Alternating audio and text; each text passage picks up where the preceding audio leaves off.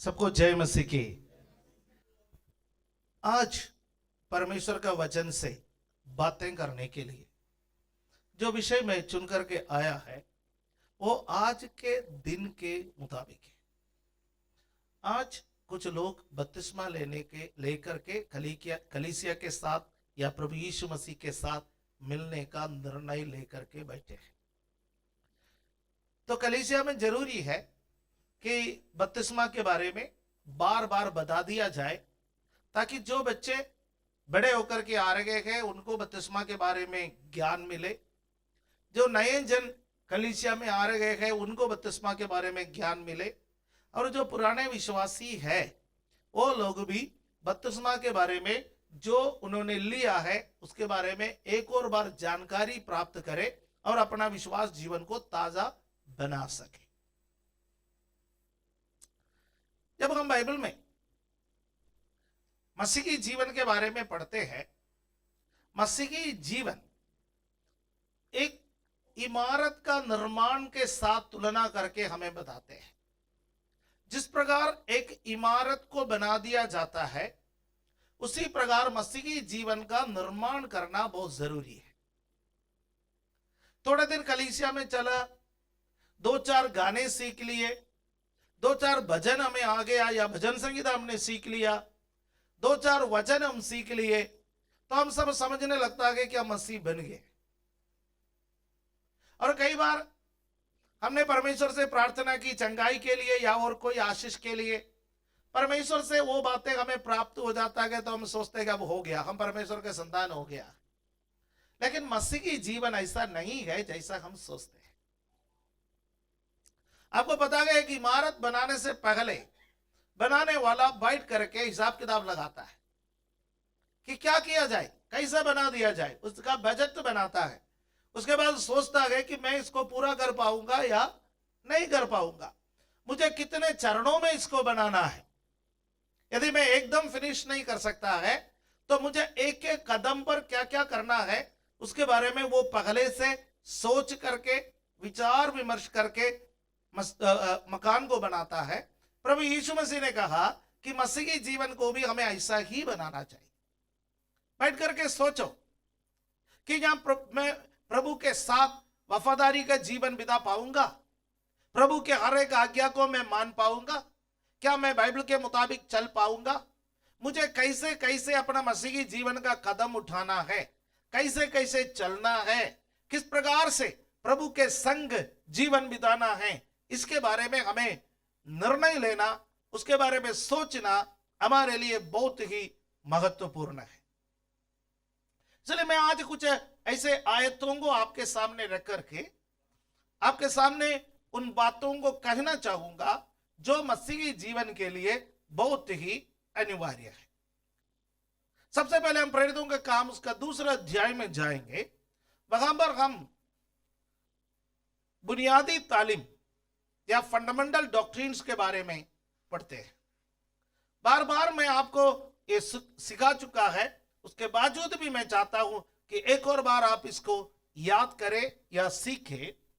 2 अध्याय उसका 38वां पद, Acts chapter 2 verse 38, उसमें जब हम देखते हैं पतरस ने उनसे कहा, मन फिराओ और तुम में से अनेक अपने अपने पापों की क्षमा के लिए यीशु मसीह के नाम से बपतिस्मा ले तो तुम पवित्र आत्मा का दान पाओगे। प्रेरितों का काम 2 अध्याय में हम जानते हैं वो पेंतकोस्त का दिन की घटनाओं का वर्णन है। पेंतकोस्त का दिन यीशु मसीह की मृत्यु एक फसह का पर्व का दिन हुआ और पहला फल का पर्व का दिन, तीसरा दिन यीशु मसीह मरे हुओं में से जी उठा। 40 दिन अपने चेलों को उपदेश देने के लिए इस पृथ्वी पर वो रहा। 40 दिन के पश्चात वो स्वर्ग को चला गया या स्वर्गारोहण हुआ जैतून पर्वत से, और जाने का समय प्रभु यीशु मसीह ने कहा, जैसा मैं जा रहा हूं वैसा मैं वापस आऊंगा, मैं तुम्हारे लिए जगह तैयार करने के लिए जा रहा हूं। लेकिन उनको एक महत्वपूर्ण बात उन्होंने कहा था कि तुम यरूशलेम को छोड़ करके नहीं जाना, यरूशलेम में रहना, क्योंकि मैंने पिता से एक वायदा तुम्हारे लिए प्राप्त किया है, वो वायदा तुम पर आने का समय तक यरूशलेम में ठहरना। और जब वो वायदा तुम पर आओगे, यानी वो वादा है पवित्र आत्मा। प्रेरित 8 में लिखा है, जब पवित्र आत्मा तुम पर आओगे तुम सामर्थ्य पाओगे, यरूशलेम में, सारे यहूदिया में, सामरिया में और पृथ्वी के छोर तक मेरे गवाह बनोगे। और प्रभु यीशु मसीह ने अपने चेलों को पवित्र आत्मा का वादा किया, और तब से चेले प्रार्थना करने लगे, एक साथ मिलकर के, एक कोठरी में इकट्ठा होकर के वे प्रार्थना करने लगे। करीब 10 दिन उनका प्रार्थना चलता रहा, और जिस दिन पवित्र आत्मा उतर आया उस दिन 120 लोग थे। 10 दिन पहले कितने लोग थे, 8वां दिन कितने लोग थे, 6वां दिन कितने लोग थे, हमें नहीं मालूम। इंतजार की सभा चल रहा है। किस बात की इंतजार कर रहा है? पवित्र आत्मा की इंतजार कर रहा है। और 10वां दिन वो पेंतकोस्त का दिन है, और पेंतकोस्त का दिन 120 लोग थे, और ये 120 लोगों को ऊपर पवित्र आत्मा उतर आया। जब पवित्र आत्मा उतर आया वे लोग अन्य अन्य भाषा बोलने लगे। जब अन्य अन्य भाषा बोलने लगे वो थोड़ा शोर ज्यादा हो गया। कारण क्या है? ये जो पवित्र आत्मा का शक्ति है, मनुष्य का शरीर और मनुष्य का जो बुद्धि है या मन है उसको सहने से भी अधिक है। इसलिए जब सहने से ज्यादा शक्ति किसी के अंदर उतर आ जाता है तो वो वाइब्रेट करने लगता है। राइट? जब हम हमारा कार को स्टार्ट करते हैं या 2 व्हीलर को स्टार्ट करते हैं, इंजन क्या करने लगता है? वाइब्रेट करने लगता है, कंबन हो जाता है उसमें, और उसको नियंत्रित करने के लिए उसमें रबड़ का पैकिंग लगाया जाता है। राइट? अब जब ये पवित्र आत्मा मनुष्य के जीवन में उतर आते हैं और ये शक्ति मनुष्य को सहने का शक्ति से अधिक होने की वजह से मनुष्य भी वाइब्रेट होने लगता है। इसलिए कई बार जब अन्य अन्य भाषा बोलते हैं, कोई ताली बजाता है, किसी की आवाज ऊंचे हो जाते हैं, और कोई व्यक्ति हाथ उठाते हैं, कोई व्यक्ति हाथ हिलाते हैं, और 120 लोगों की आवाज इस कदर बढ़ गई पूरे शहर में फैल गई। और वहां पर्व मनाने के लिए जो यहूदी लोग अलग अलग प्रांतों से आए हुए थे वे इकट्ठे होकर के उस सभा में आकर के कहने लगे, दिन का 11 बजे है पर सब दारू पी रखा है, नशे में है सब, और अजीब अजीब सा बातें कहते हैं। थोड़ी देर के बाद उन लोग कान लगा करके सुनने लगे, अरे ये तो हमारी भाषा बोल रहे, ये अजीब सा बात नहीं है, ये हमारी भाषा बोल रहे। हम में से प्रत्येक जन के जीवन के बारे में बातें कर रहा है, हमारा इलाका के बारे में बातें कर रहा है, आगे क्या होने वाला है उसके बारे में बातें कर रहे हैं। उनको धीरे धीरे समझ में आने लगे और उनकी उत्सुकता बढ़ गई। जब उनकी उत्सुकता बढ़ गई तो पतरस अन्य 11 चेलों के साथ खड़े हो गए, और अन्य 11 चेलों के साथ खड़े होकर के पतरस प्रचार करने लगा। और जब पतरस प्रचार करने लगा, और पतरस का प्रचार में मसीहत का नींव, और याद रखना ये कलीसिया का उद्घाटन भाषण है। प्रभु यीशु मसीह ने पतरस से कहा था उस वक्त, जिस वक्त पतरस ने अंगीकार किया था कि तू जीवते परमेश्वर का पुत्र मसीह है,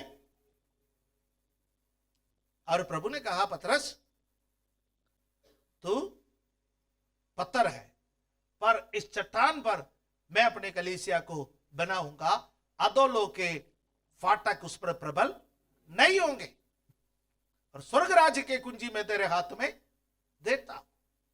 और वो कुंजी को पतरस को जो मिला था, पतरस ने पेंतकोस्त के दिन इस्तेमाल किया, और उसका इस्तेमाल जब किए 3000 लोग उद्धार पाए, 3000 लोग बपतिस्मा लिए, कलीसिया का आरंभ हुआ है। हालेलुया।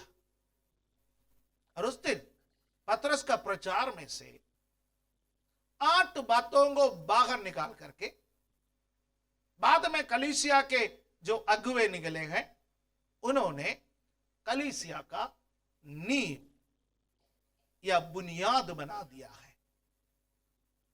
इसलिए उसको कहते हैं फंडामेंटल डॉक्ट्रिन्स।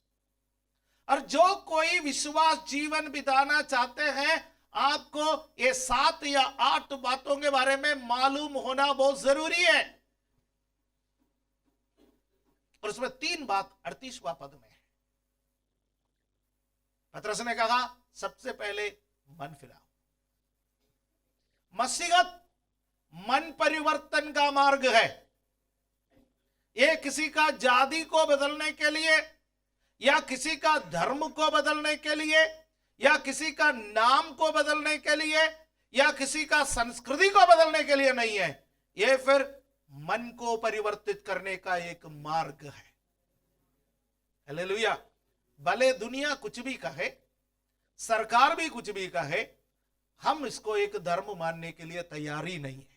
क्योंकि हालेलुया अलग अलग धर्म के, अलग अलग जाति के, अलग अलग संस्कृति के लोग एक साथ मिलकर के परमेश्वर की आराधना करने का, यीशु मसीह की आराधना करने का, अपना मन को परिवर्तित करने का एक मार्ग है मसीहत। हालेलुया। ये आपको समझना है। जब आप यीशु को ग्रहण करते हैं, आप कोई नया धर्म को ग्रहण नहीं करता, आप कोई नई जाति को ग्रहण नहीं करता, आप कोई नई संस्कृति को ग्रहण नहीं करता, बल्कि आपका मन को आप परिवर्तित करते हैं। पाप से मन मोड़ लेता है, बुराई से मन मोड़ लेता है, संसार से मन मोड़ लेता है। और आप कहते हैं अभी तक मैं नरक की ओर जा रहा था, लेकिन आज मुझे पता चला मेरा रास्ता नरक की ओर है। आज मैं मन फिरा करके स्वर्ग की ओर जा रहा हूं, क्योंकि मार्ग, सत्य और जीवन यीशु ही है, यह मुझे पता चला है। हालेलुया। और जब आप मन फिराता है उस दिन आपका उद्धार हो जाता है। और उद्धार के विषय में रोमियों का पत्री में हमने पढ़ा है। और जब आप मन फिराता है आपका उद्धार हो जाता है, परमेश्वर आपको धर्मी घोषित करता है। आप धर्मी बना नहीं, परमेश्वर आपको क्या घोषित करता है? धर्मी घोषित करता है। जब परमेश्वर आपको धर्मी घोषित करता है, फिर धर्मी बनने का आपका प्रक्रिया आरंभ हो जाता है।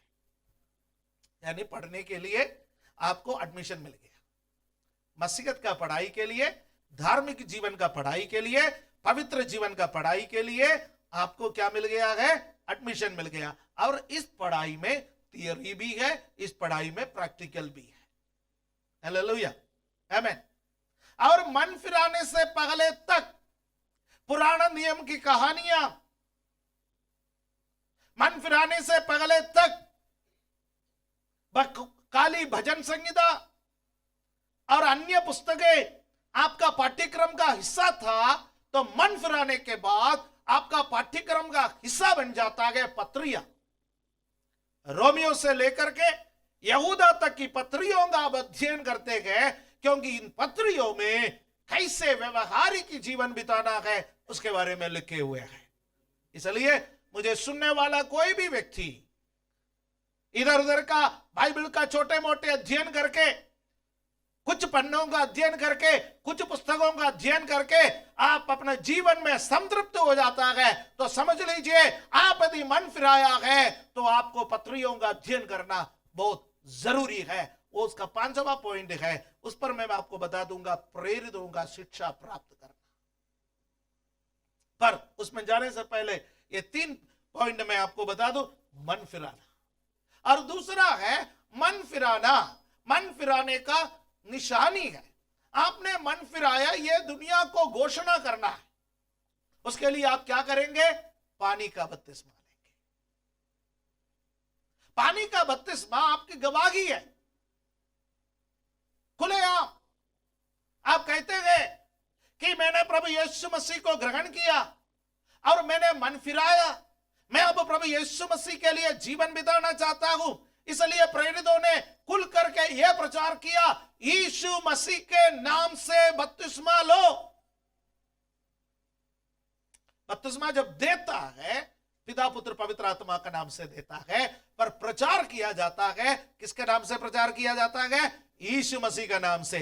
क्योंकि प्रेरितों का काम अध्याय 4 उसका 12वां पद में लिखा गया, किसी और के माध्यम से उद्धार संभव नहीं है। आकाश के नीचे मनुष्य के बीच में उद्धार पाने के लिए केवल एक ही नाम दिया गया है, वो नाम है यीशु मसीह का नाम। हालेलुया।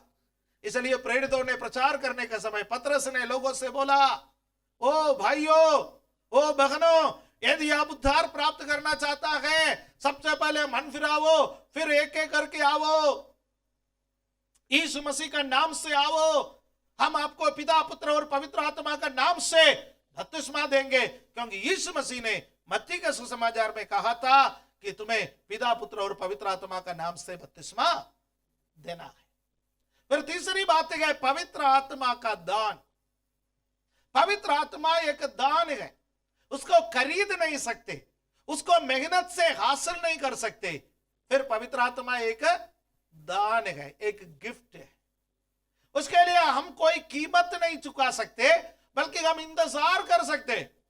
प्रभु ने वायदा किया, मैं तुम्हें पवित्र आत्मा दूंगा, और हमें इंतजार करना है, हमें प्रार्थना करना है वो दान हमारे पास आने के लिए। इसलिए जो लोग अभी तक अन्य भाषा भाषण के साथ पवित्र आत्मा को नहीं पाया है, मैं आप लोगों से कहना चाहता हूं कि आप पवित्र आत्मा का दान पाने के लिए प्रार्थना कर लीजिए, क्योंकि ये सबके लिए है। हालेलुया। पुराना नियम में पवित्र आत्मा खास लोगों के लिए था। राजाओं का अभिषेक करने का समय, याजकों को अभिषेक करने का समय, भविष्यवक्ताओं का अभिषेक करने का समय केवल उनके लिए निर्धारित था। परंतु नया नियम में यह पवित्र आत्मा सभी के लिए है।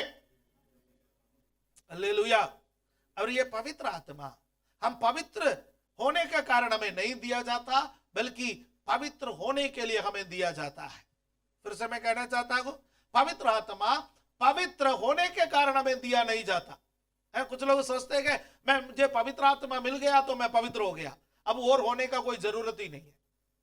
मैं पवित्र हो गया ना, परमेश्वर ने मोहर लगा दी, तुमने सारे शर्तों को पूरा कर लिया, 2-4 अन्य भाषा आ गया, बस हो गया का। अब मैं जो करता हूं पवित्र है, जो बोलता हूं पवित्र है, जो सोचता हूं पवित्र है, आगे मुझे कुछ करने का जरूरत नहीं है। जो 2-4 अन्य भाषा आ गया, बोलते रहो, ठीक हो गया था। वो नहीं है पवित्र आत्मा। पवित्र आत्मा पवित्र होने का कोई सबूत नहीं है। पवित्र आत्मा पवित्र बनने के लिए आपको दिया जा रहा है। मसीह का दुल्हन को कौन तैयार कर रहा है?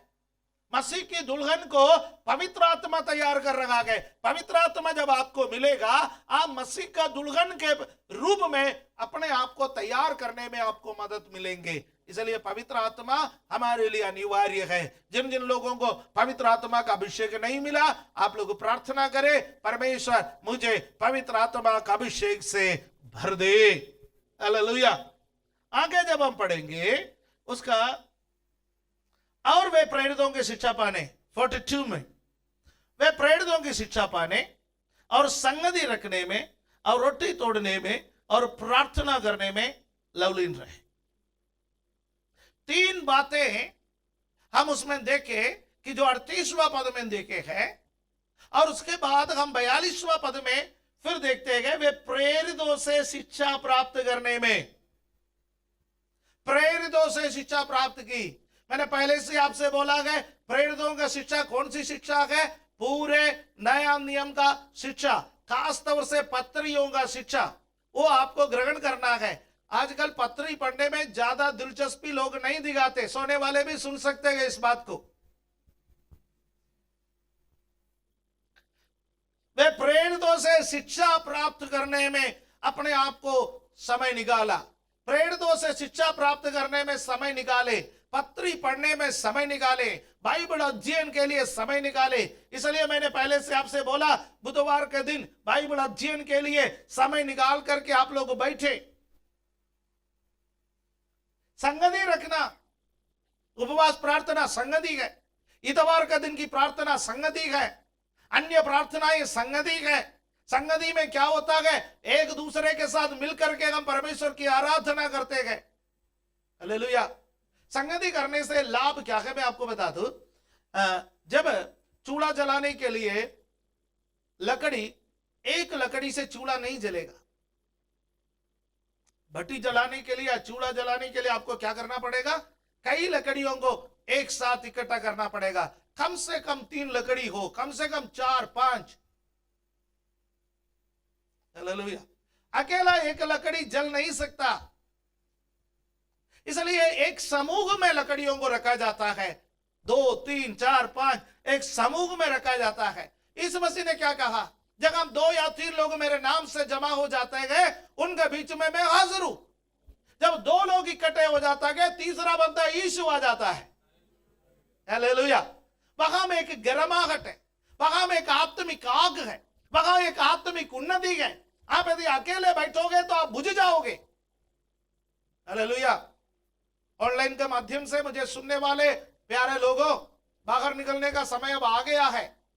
कलीसिया में आने का समय अब आ गया है। संगति करने का समय अब आ गया है।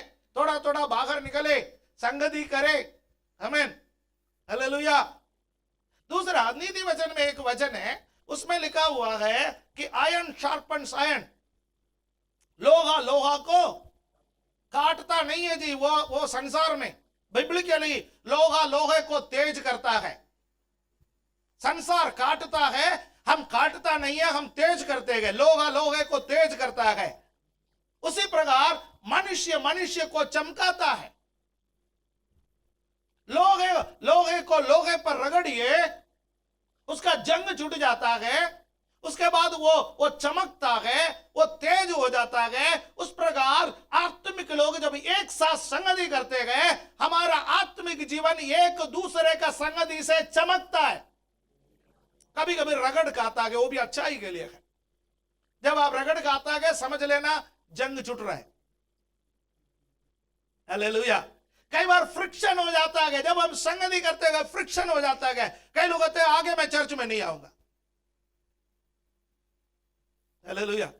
जब कलीसिया के कुछ विश्वासियों के साथ, कुछ भाई बहनों के साथ जब मनमुटाव हो जाता है, लोग कहते हैं फिर मैं चर्च नहीं आऊंगा। ऐसा चर्च आने से क्या फायदा है? रगड़ नहीं खाओगे तो जंग कैसा छूटेगा? इसलिए कभी रगड़ खाता है तो कभी पीछे नहीं हटना, बताना मैं चमकने के लिए जा रहा हूं। हालेलुया। दुख तो लगता है, फिर भी बोलना मैं चमकने के लिए जा रहा हूं। लेकिन आप वो लोहा मत बनिए जो किसी को काटे। आप किसी को चमकाने वाला लोहा बनिए। हालेलुया। किसी को समझाने वाला लोहा बनिए, किसी को हालेलुया तेज करने वाला लोहा बनिए। हमारा संगति आमीन बहुत महत्वपूर्ण है। फिर वे लोग रोटी तोड़ने में, यानी प्रभु भोज में भाग लेने में, आज प्रभु भोज है, प्रभु भोज के बारे में, प्रभु भोज में भाग लेने में, फिर कहते हैं प्रार्थना में लवलीन रहे। प्रार्थना मसीही जीवन का एक महत्वपूर्ण हिस्सा है। कहा जाता है prayerless Christian is a powerless Christian. प्रार्थनाहीन मसीह शक्तिहीन है। व्यक्तिगत प्रार्थना जरूरी है, पारिवारिक प्रार्थना जरूरी है, सामूहिक प्रार्थना जरूरी है। हालेलुया। मसीही जीवन का एक आधार है। इसलिए मैंने बोला मसीही जीवन एक मकान का निर्माण के समान है। इसका नींव डालना पड़ता है, इसमें खंभा खड़ा करना पड़ता है, इसमें दीवारें खड़ी करना पड़ता है, इसमें अलग अलग प्रकार का खिड़की दरवाजे लगाने की जरूरत है। मसीही जीवन को फिनिशिंग की जरूरत है। हालेलुया। हमारा मसीही जीवन प्रतिदिन बढ़ता जाए, हमारा मसीही जीवन प्रतिदिन चमकता जाए। आमीन। मैंने कितना बातें बोला? मुझे उम्मीद है मैंने 7 बातें बोला होगा। एक बात मैंने छोड़ दिया है, वो 8वां है, वो उसका 40वां पद में होगा। उसने बहुत और बातों से भी गवाही दे देकर समझाया कि अपने आप को स्टेडी जादी से बचाओ। बहुत इंपॉर्टेंट है ये चीज है। हालेलुया। बहुत इंपॉर्टेंट है। ये जो जमाने में हम जीवन बिता रहे हैं, ये टेढ़ी जादी है, टेढ़ी जमाना है। यह किसी जाति के बारे में नहीं लिखा है, यह एक पीढ़ी के बारे में लिखा है, एक जनरेशन के बारे में है। हम हमारे बच्चों को स्कूल भेजते हैं, हालेलुया, उनको कई ऐसे मित्र मिल जाते हैं जो उनको गलत रास्ते में ले जाते हैं। कॉलेज भेजते हैं, उनको ऐसे कई मित्र मिल जाते हैं उनको गलत रास्ते पर ले जाता है। बच्चों को दफ्तर भेजता है, कई ऐसे लोग मिलता है गलत रास्ते पर ले जाते हैं, क्योंकि ये जो जमाना है बहुत खराब एक जमाने में हम जीवन बिता रहे हैं। इसलिए इस जमाने से अलग जीवन बिताना सीखो। अलग जीवन बिताने का मतलब ये नहीं है कि दफ्तर जाना बंद करो या स्कूल जाना बंद करो या कॉलेज जाना बंद करो, काम करना बंद करो या मार्केट जाना बंद करो, वो नहीं है। अपना विचारधारा में अलग रहना सीखो, एक आदर्शवादी व्यक्ति बनो। नशा करने वालों के बीच में आप बैठते हैं तो एक स्ट्रॉन्ग स्टैंड लो, मैं इसको छूऊंगा नहीं। आपको पीना है तो आप पियो, आपको लगाना है तो आप लगाओ, आपको जो करना आप करो, मैं नहीं करूंगा क्योंकि मेरा परमेश्वर मुझे इजाजत नहीं देता। That's all. उनके बीच में बैठना पड़ता है हमें। कहां भागोगे? शादी विवाह में जाओगे, ऐसे लोगों के बीच में बैठना पड़ता है, आप उड़ करके नहीं भाग सकते। फैमिली फंक्शनों में आपको बैठना पड़ता है, मित्रों के साथ आपको खड़ा होना पड़ता है, पर आदर्शवादी बनो। हालेलुया, आमेन। उनके रंग में रंगने के लिए परमेश्वर ने आपको नहीं बुलाया, संसार के रंग में रंगने के लिए परमेश्वर ने आपको नहीं बुलाया, बल्कि अपना असर उनमें छोड़ने के लिए परमेश्वर ने आपको बुलाया। इसलिए बाइबल में लिखा हुआ है कि ओ हालेलुया, हम पृथ्वी के नमक है, आमेन, हम पृथ्वी के नमक है। यदि पत्थर को भी कुछ दिन नमक में डुबा के रख दिया जाए, उस पत्थर में चाट के देखो, उसमें भी नमक का स्वाद आ जाता है। आप और मैं नमक है। चाहे कितने भी कठोर लोगों के बीच में हम रहे, कितने भी टेढ़े लोगों के बीच में हम रहे, कितने भी बुरे लोगों के बीच में हम रहे, हमारा मसीहत का, हमारा आत्मिकता का असर उनका जीवन में आए। हालेलुया, आमेन, आमेन। उसके विपरीत ऐसा भी एक वचन है, बुरी संगति अच्छा चरित्र को बिगाड़ देता है। संगति बुरी होने से पगले उस संगति से निकलो। हालेलुया, संगति बुरी होने से पगले उससे निकलो। बुरे लोगों के साथ कई बार बैठना पड़ता है, संसारिक लोगों के साथ बैठना पड़ता है, पर आप बुरे बनने से पगले उससे निकलो। जब तक वो संगति आपके लिए बुरी नहीं है, सोके वो संगति जब तक आपको पाप की ओर लेके नहीं जाता है, इट्स ओके। लेकिन जिस दिन वो संगति आपको पाप की ओर लेके जाने लगता है, उस दिन उस संगति से निकलो। इस्राएली लोग इस बात पर कैसे कैसे फेल हो गया, पिछले दिनों में हम उनका अध्ययन किया है। जिन जिन लोगों के साथ संगति नहीं करना चाहिए था, उन लोगों ने किया। यदि थोड़ी बहुत है उन लोग रास्ते से भटक गया है, तो अभी तुरंत वापस आना चाहिए था, उन्होंने उस कार्य को नहीं किया है। मुझे सुनने वाला कोई भी भाई बहन ओ बुरे रास्ते पर इन दिनों में चल रहे हैं, तो परमेश्वर का आत्मा आपको प्रेरित कर रहा है कि आप वापस आए। हालेलुया, पश्चाताप करें, मन फिराए और प्रभु वचन में भाग ले, अपने आप को फिर से ताजा बनाए, अपने आप को फिर से आत्मिक बनाए। हालेलुया, आमेन। नींव के शिक्षा उपदेश है। इसलिए मैं कहना चाहूंगा कि ये आर्ट है। हालेलुया, आमेन। ये आठों बातें हमारे लिए बहुत महत्वपूर्ण है। कुछ लोग पूर्णता के लिए 7 बता देता है। मैं भी पहले 7 बताता था, लेकिन बाद में मुझे पता चला ये 8वां बहुत महत्वपूर्ण है। टेढ़ी जाति से, टेढ़े लोगों से अलग होना, बुरी संगति से अलग होना कितना महत्वपूर्ण है हमारे लिए। हालेलुया, आमेन। कई एडिक्ट से मैंने बात की। जब कई एडिक्ट से बात करते हैं तो उनसे यह पूछा जाता है आरंभ कहां से हुआ। किसी भी चीज को समझना है तो उसका आरंभ को समझना जरूरी है, राइट। डॉक्टर भी आपसे जब आपका इलाज करते हैं किसी भी बात के लिए, वो आपसे हिस्ट्री पूछता है, क्लिनिकल हिस्ट्री, या आपका बीमारी का इतिहास पूछते हैं, ये कब से आरंभ हुआ, कब से इसका शुरुआत है। इसलिए आप किसी भी एडिक्ट को मिलिए, उससे पूछते पूछते पूछते जाओगे, 99% लोग संगति में जा करके रुक जाएंगे। वो बोलेंगे मेरा दोस्तों के साथ हुआ का संगति, मेरे ऐसे लोगों के साथ का संगति, मेरे रिश्तेदारों के साथ का संगति। हालेलुया। इसलिए वो बहुत ही महत्वपूर्ण है। अब मैं बपतिस्मा के बारे में 2-4 शब्द कह करके मैं प्रभु भोज में आना चाहता हूं, मेरा टाइम खत्म हो गया है। बपतिस्मा जो लेने वाले लोग हैं उनको मैंने जरूर सिखाया है, या अन्य ब्रदर ने सिखाया है, या किसी और ने भी सिखाया होगा। बपतिस्मा में 5 चीजें बहुत महत्वपूर्ण है, मैं जल्दी जल्दी बोलूं। बपतिस्मा एक परमेश्वर का आज्ञा है। मत्ती में 28वें अध्याय में, मरकुस 16वें अध्याय में लिखा है बपतिस्मा प्रभु यीशु मसीह की आज्ञा है, महान आदेश। उसमें बपतिस्मा उसका हिस्सा है। जाओ सब जाति के लोगों को चेला बनाओ, उन्हें पिता पुत्र और पवित्र आत्मा का नाम से बपतिस्मा दो। हालेलुया। विश्वास जीवन में एक व्यक्ति जो प्रवेश करता है, बपतिस्मा उस विश्वास को पक्का कर देता है।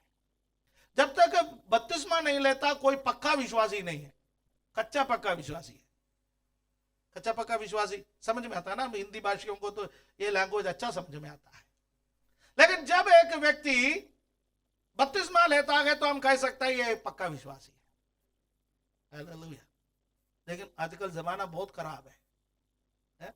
मैं बाइबल ट्रेनिंग में बपतिस्मा के बारे में जब पिछले 2 दिन क्लास ले रहा था, किसी लड़के ने बोला सर हमें तो बपतिस्मा देने का समय ऐसा कुछ भी नहीं सिखाया।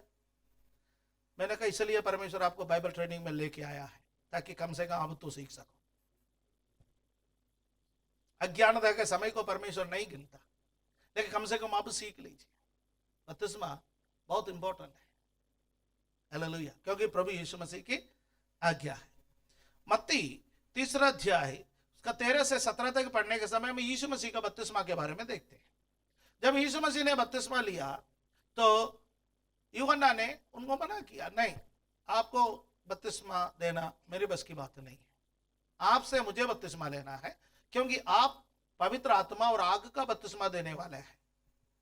और यीशु मसीह ने बोला इस प्रकार परमेश्वर की सारी धार्मिकता को पूरा होने दो। बपतिस्मा क्या है? परमेश्वर की धार्मिकता को पूरा करना है।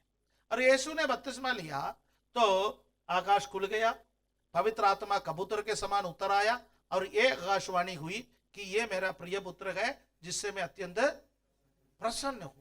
जब आप बपतिस्मा लेता है आप पुत्र से प्रिय पुत्र बन जाता है। इस संसार के सभी लोग परमेश्वर का पुत्र है, चाहे किसी भी जाति का हो, किसी भी धर्म का हो, कितना भी दुष्ट क्यों ना हो, सब परमेश्वर के संतान है। क्यों? क्योंकि सबको परमेश्वर ने ही बनाया है, सबको परमेश्वर ने ही जीवन दिया है। लेकिन जब आप बपतिस्मा लेता है आप क्या बन जाता है? परमेश्वर के प्रिय पुत्र। परमेश्वर का पुत्र भी है, परमेश्वर का प्रिय पुत्र भी है। हालेलुया। परमेश्वर अपना उत्तराधिकारी, अपना मिरास किसको देंगे? प्रिय पुत्रों को देंगे। इसलिए स्वर्ग में केवल प्रिय पुत्र ही जा सकते हैं।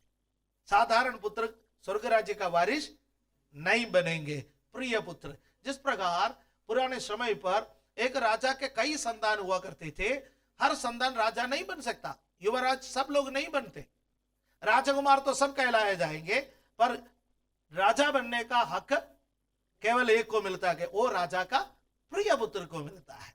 सबसे चहेता, सबसे नजदीक वाला, सबसे हुनर वाला, ऐसे लोगों को मिलता है राजा बनने का हक। राजा जब जिंदा होता है उसको अपना उत्तराधिकारी घोषणा करता है। उसी प्रकार जब हम परमेश्वर का संतान प्रिय पुत्र बन जाते हैं, हम परमेश्वर का उत्तराधिकारी बनते हैं। और परमेश्वर का प्रिय पुत्र बनने का एकमात्र रास्ता बपतिस्मा है। हालेलुया। तभी हम परमेश्वर का प्रिय पुत्र बन सकता है। रोमी 6 अध्याय उसका 3 से 5 तक पढ़ने का समय वहां पर लिखा हुआ है, कि प्रभु यीशु मसीह के मृत्यु, प्रभु यीशु मसीह के गाड़े जाना और प्रभु यीशु मसीह के पुनरुत्थान के समानता में होना है बपतिस्मा। जब आप बपतिस्मा लेने के लिए जाते हैं, आप ये घोषणा करता है, मैं पाप के लिए मर जाता हूं, मैं पाप के लिए मर जाता हूं। अब पाप को देखकर मेरे अंदर लालसा नहीं आएंगे। मैं पाप के लिए मर चुका हूं और मैं यीशु मसीह के साथ अब गाड़ा जाता हूं और यीशु मसीह के साथ नया जीवन का चाल चलने के लिए जी उठता हूं। यदि कोई मसीह में है तो वो नई सृष्टि है। आमीन, हालेलुया। कोलोसी 2 अध्याय उसका 12वां और 13वां पद में भी यही लिखा है, यीशु मसीह के साथ मरना, यीशु मसीह के साथ गाड़ा जाना और यीशु मसीह के साथ जी उठने का सदृश्य है बपतिस्मा। गलाती 3 अध्याय उसका 27 और 28वां पद में लिखा हुआ है, खासतौर से उसका 27वां पद में लिखा हुआ है, हम में से जितनों ने बपतिस्मा लिया उन्होंने मसीह को पहन लिया, मसीह को पहन लिया। और वहां पर साफ तौर पर लिखा है, जितनों ने मसीह को पहना या जितनों ने मसीह को मसीह में बपतिस्मा ले लिया। क्यों बपतिस्मा ले लिया? मसीह के संग होने के लिए बपतिस्मा लिया। जब आप बपतिस्मा लेता है तो आप किसके संग हो जाता है? मसीह के संग। मसीह बपतिस्मा लेकर आपके और मेरे संग बना। बपतिस्मा में यीशु हमारे समान बना। जब हम बपतिस्मा लेता है हम किसके समान बनेंगे? यीशु के समान बनेंगे। बपतिस्मा में वो मनुष्य का पुत्र बना, बपतिस्मा में हम परमेश्वर के पुत्र बन जाएंगे। Hallelujah, hallelujah. एक्सप्लेन करने का ज्यादा टाइम नहीं है। गलाती 3 अध्याय उसका, गलाती मैंने बोला ना, पहला पत्रस 3 अध्याय उसका 21वां पद में इस प्रकार लिखा हुआ है कि शुद्ध विवेक से परमेश्वर के वश में हो जाने की बिंदी है बपतिस्मा। राइट? जब हम बपतिस्मा लेता है शुद्ध विवेक से परमेश्वर से बिंदी करता है, प्रभु आपके वश में हो, है ना। बपतिस्मा लिए हुए लोगों परमेश्वर के वश में रहो। कोई बच्चा माता पिता का वश में रहने का क्या अर्थ है? माता पिता का वश में रहना, हर माता पिता चाहता है कि मेरा बच्चा मेरे वश में रहे, है ना। हर सास चाहती है कि बहू वश में रहे। वश में रहने का क्या अर्थ है? वश में रहने का अर्थ है आज्ञाओं को मानना, इच्छाओं को पूरा करना। वश में रहने का अर्थ यह है। परमेश्वर भी चाहता है कि हम उसकी आज्ञाओं को माने, उसकी इच्छा को पूरा करें। हालेलुया। परमेश्वर हमें गुलाम बनाने का प्रक्रिया से वश में रहने की बात नहीं करते। मनुष्य गुलाम बनाने की प्रक्रिया से वश में रहने की बात कहता है, लेकिन परमेश्वर कहता है कि तुम मेरी आज्ञाओं को मानो, मेरे इच्छाओं को पूरा करो, मेरे वश में रहो। उसका बिंदी है, प्रभु मैं आपके वश में रहना चाहता हूं। बपतिस्मा में हम प्रभु से कहता है, राइट। हालेलुया। ये बपतिस्मा के विषय में है। तो मैंने आपको आज 2 टॉपिक के बारे में कवर किया है बहुत जल्दी। किस चीज के बारे में कवर किया? एक फंडामेंटल डॉक्ट्रिन, उन 8 बुनियादी बातों के बारे में आज मैंने आपसे बात की। फिर मैंने आपसे बात की बपतिस्मा के उन 5 पॉइंट के बारे में। बपतिस्मा क्या है, बपतिस्मा क्यों लेना है। विश्वास करने वाले व्यक्ति बपतिस्मा ले, तभी आपका विश्वास पूरा हो जाता है, नहीं तो आपका विश्वास आधा अधूरा रह जाता है। प्रभु नहीं चाहता है। अब पहला कुरिन्थी 11वां अध्याय में आई है, उसका 23वां पद से 31वां पद तक मैं पढ़ करके फिर मैं इस संदेश को समाप्त करूंगा। यहां पर प्रभु भोज के बारे में लिखा है, क्योंकि ये बात मुझे प्रभु से पहुंची और मैंने तुम्हें भी पहुंचा दी कि प्रभु यीशु ने जिस रात वो पकड़वाया गया रोटी ली और धन्यवाद करके रोटी तोड़ी और कहा, ये मेरी देह है जो तुम्हारे लिए है, मेरे स्मरण के लिए यही किया करो। इसी रीति से उसने बियारी के पीछे कटोरा भी लिया और कहा, ये कटोरा मेरे लहू में नई वाचा है, जब कभी पियो तो मेरे स्मरण के लिए यही किया करो। क्योंकि जब कभी तुम ये रोटी खाते और इस कटोरा में से पीते हो तो प्रभु की मृत्यु को जब तक वो ना आए प्रचार करते हो। इसलिए जो कोई अनुचित रीति से प्रभु की रोटी खाए या उसका कटोरे में से पिए, वो प्रभु की देह और लहू का अपराधी ठहरेगा। इसलिए मनुष्य अपने आप को जांच ले और इसी रीति से इस रोटी में से खाए और इस कटोरे में से पिए, क्योंकि जो खाते पीते समय प्रभु की देह को ना पहचाने वह इस खाने और पीने से अपने ऊपर दंड लाता है। इसी कारण तुम में बहुत से निर्बल और रोगी है और बहुत से सो भी गए। यदि हम अपने आप को जांचते तो दंड ना बातें। यारो, प्रभु भोज में भाग लेने का जो व्यवस्था यहां पर वचन में लिखा हुआ है, अपने आप को जांचे, एक्सामिन योर सेल्फ। हालेलुया। कल हम मेंस फेलोशिप में जब बैठे थे, कुरिन्थियों के पत्र 13वां अध्याय उसका 5वां पद, दूसरा कुरिन्थी 13वां अध्याय उसका 5वां पद के बारे में हम लोगों ने मनन किया। उसमें लिखा है, अपने आप को परखो कि तुम विश्वास में है कि नहीं। अपने आप को परखो कि तुम विश्वास में है कि नहीं। फिर उसमें एक अनुवाद में लिखा है कि अपने आप को जांचो। दूसरा अनुवाद में लिखा है कि आप सबूत दो, प्रूव योरसेल्फ। यदि आप विश्वास में हैं तो उसका सबूत दो। कौन मांगता है सबूत? अदालत। और यीशु भी क्या मांगता है? सबूत। यदि आप विश्वास में हैं, विश्वास का लायक काम करो, स्थापित करो कि आप विश्वासी हैं। आपका आचरण को देखे, आपका बर्ताव को देखे, आपका जीवन को देखे कोई कहे कि यह विश्वासी है। यीशु जब कालवरी के क्रूस पर मर रहा था, यीशु मसीह के व्यवहार को देखकर वो सूबेदार ने कहा, वास्तव में ये परमेश्वर का पुत्र है। आपका और मुझे देकर के दुनिया कहेगा वास्तव में ये परमेश्वर का पुत्र है, वास्तव में ये मसीह है, वास्तव में ये विश्वासी है। एग्जामिन योरसेल्फ, अपने आप को जांचो। और बिना जांचे प्रभु भोज में भाग नहीं लेना। यानी मेरा कहने का तात्पर्य है, आप जांचो, आप यदि विश्वासी है और आपका काम विश्वास के अनुरूप है तो आप इस प्रभु भोज में भाग ले सकता है। नहीं है तो पश्चाताप करो। मैं नहीं कहूंगा प्रभु ऐसा लग रहा हो, पर जो पाप कल तक करके आया वो यही खत्म करना। एक नया जीवन का चाल चल सकता है, फिर आ जाओ। यदि आपको लगता है कि मैं नहीं चल पाऊंगा, टेक योर ओन टाइम, अपना टाइम लीजिए, घर जाइए, उपवास कर लीजिए, प्रार्थना कर लीजिए, प्रभु की उपस्थिति में खड़ा होने के लिए एक आत्मिक योग्यता प्राप्त कर लीजिए। आजकल कई कलीसियाओं ने प्रभु भोज को मजाक बना दिया है। मैं उस चीज के साथ सहमत नहीं हूं। आपको यूट्यूब में ऐसे पास्टर मिलेंगे जो कुत्ते के साथ बैठ करके भी प्रभु भोज लेते हुए। यदि आपके पास वीडियो नहीं है तो मैं दे सकता हूं।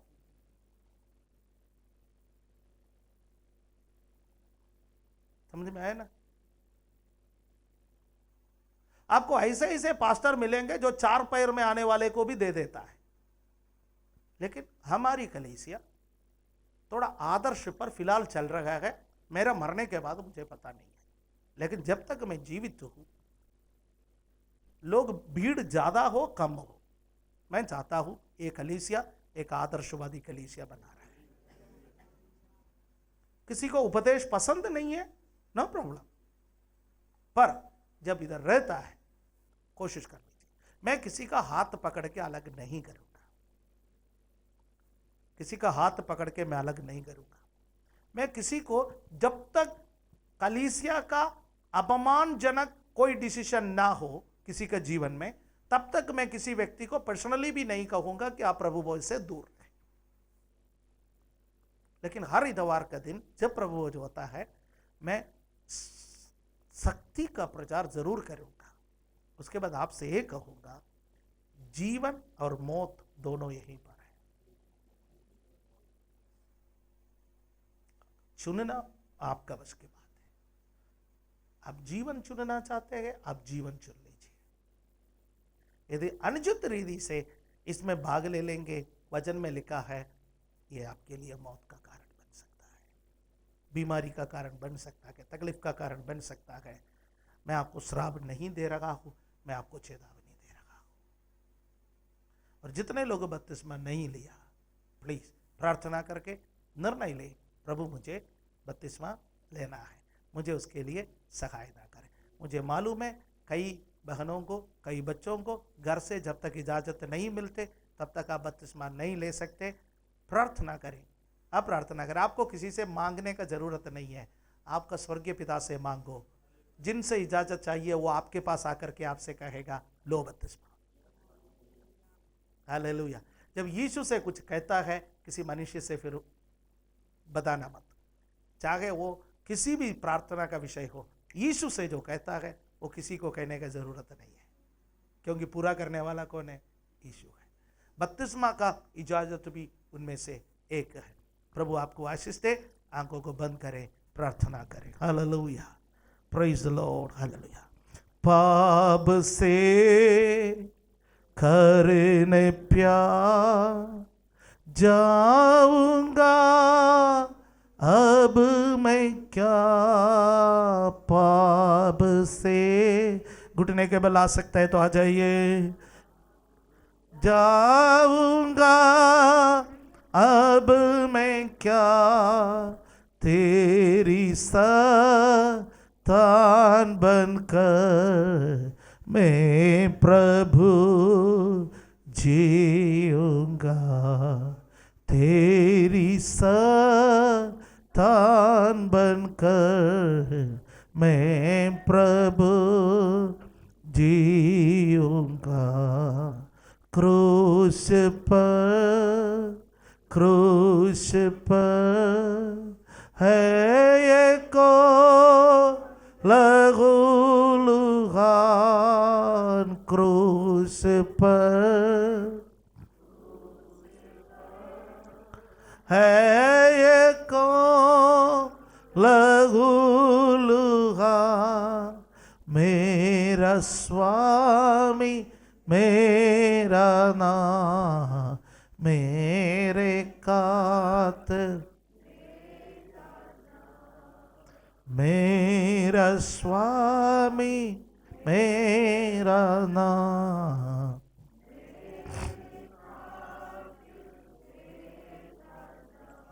प्यारो, आपका जीवन के बारे में आप जानते हैं, प्रभु जानते हैं।